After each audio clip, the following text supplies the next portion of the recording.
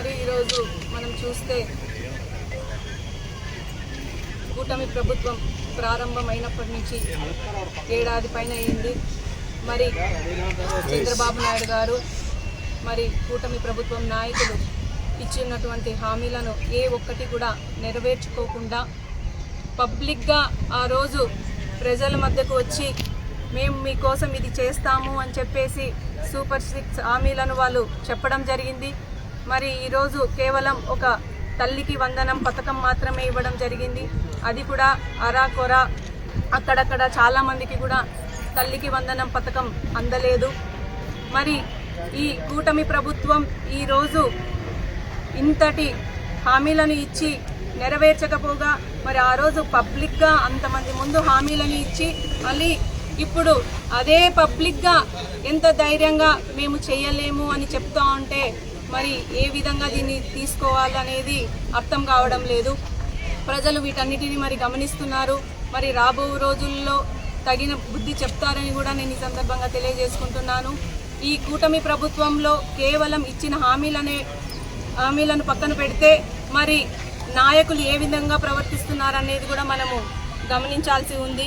ఈరోజు మహిళలకి రక్షణ అనేది లేదు. ఇప్పుడు ఎమ్మెల్యే స్థాయిలో ఉన్నటువంటి కొంతమంది ఎమ్మెల్యేలు అయితేనేమి నాయకులైతేనేమి ఎక్కడ చూసినా రెడ్ బుక్ రాజ్యాంగాన్ని అమలు చేసి మరి కక్ష సాధింపులను చేస్తున్నారు. మహిళలకి గౌరవం అనేది లేకుండా పోయింది.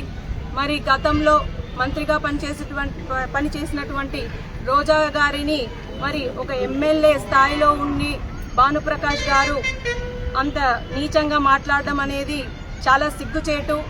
ఏదైనా ఉంటే మరి పొలిటికల్గా ఫైట్ చేయాలే కానీ వ్యక్తిగత విషయాలు నేను ఈరోజు ఒకటే చెప్తున్నాను.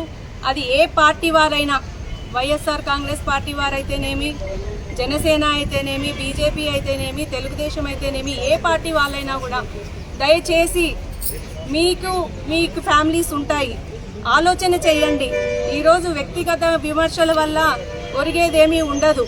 ఎవరి పర్సనల్ లైఫ్స్ వాళ్ళకు ఉంటాయి. దయచేసి ఎవరు కూడా పర్సనల్గా వ్యక్తిగతంగా విమర్శలు చెయ్యొద్దండి. ఏదైనా ఉంటే రాజకీయ పరంగా ఫైట్ చేయండి.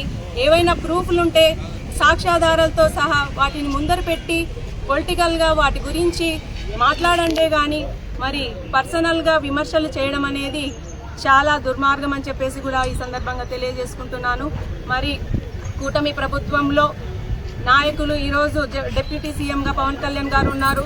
మరి గతంలో అయితే వాలంటీర్ల ద్వారా చాలామంది మహిళలు మిస్ అయినారని చెప్పడం జరిగింది. మరి వాటి గురించి ఈరోజు మాట్లాడడం లేదు.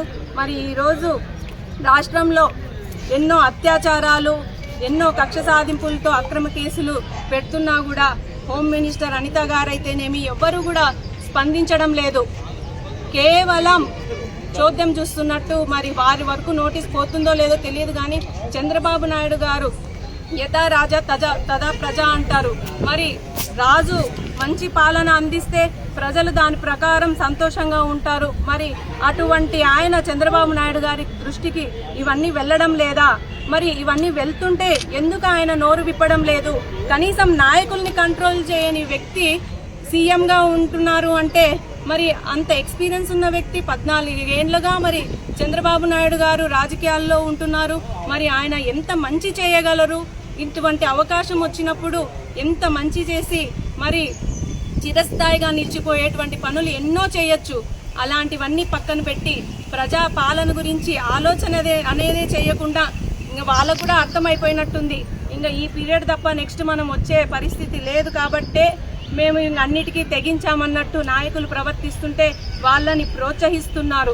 లోకేష్ గారైతేనేమి చంద్రబాబు నాయుడు గారైతేనేమి మరి డిప్యూటీ సీఎం పవన్ కళ్యాణ్ గారైతేనేమి హోంమంత్రి గారైతేనేమి ఇంతమంది నాయకులు ఇంత మంచి అధికారాన్ని దక్కించుకున్నారు. మరి ఎటువంటి మంచి పాలనలు వీళ్ళు చేయాలి? కానీ వీటన్నిటిని చేయకుండా మరి వీరు కేవలం చోద్యం చూస్తున్నట్టు ప్రజల పట్ల ఎటువంటి కన్సర్న్ లేకుండా మరి ఎవరేమైపోతే ఏమి అన్నట్టుగా ప్రవర్తించే తీరుని నిజంగా మేమంతా కూడా ఈరోజు చాలా బాధపడుతున్నాము.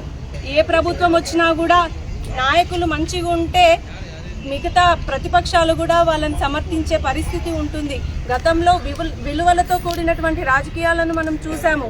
మరి అటువంటి వాతావరణం అనేది లేకుండా ఈరోజు ఇటువంటివన్నీ చేస్తే మరి రాబో రోజుల్లో ఈరోజు దెబ్బ తగిలిన వాళ్ళు, అవమానం చెందిన వాళ్ళు రేపు నాడు ఈ ఊరు నుంచి ఆ ఊరికి ఎంత దూరమో మరి ఆ ఊరు నుంచి ఈ ఊరు కూడా అంతే దూరం అన్నది ఒక్కసారి గమనించి ఆలోచన చేయాలని చెప్పేసి కూటమి నాయకులకి చెప్పడం జరుగుతుంది. అలాగే మొన్న అక్రమ కేసులు పెట్టి మరి ఎంపీ మిథునన్న గారిని కూడా అరెస్ట్ చేయడం జరిగింది. ఎటువంటి ఆధారాలు కూడా లేవు, అయినా కూడా ఆధారాలను సృష్టించి మరి ఈరోజు అన్నను అక్రమంగా అరెస్ట్ చేయడం జరిగింది.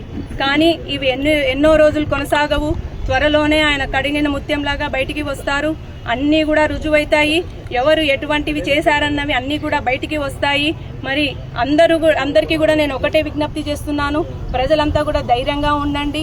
జగన్మోహన్ రెడ్డి గారు ఖచ్చితంగా ఈసారి ప్రజల పక్షాన ముందు నుంచి పోరాడే ప్రభుత్వము, పోరాడే నాయకుడు జగన్మోహన్ రెడ్డి గారు.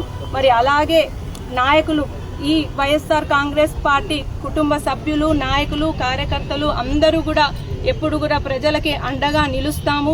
ఎటువంటి సమస్యలు వచ్చినా కూడా, ఎంతటి ఇబ్బందులు వాళ్ళకు గురి చేసినా కూడా మేము ధైర్యంగా వాటినన్నిటినీ ఎదుర్కొని ముందుకు సాగుతామని చెప్పేసి ఈ సందర్భంగా తెలియజేసుకుంటున్నాను.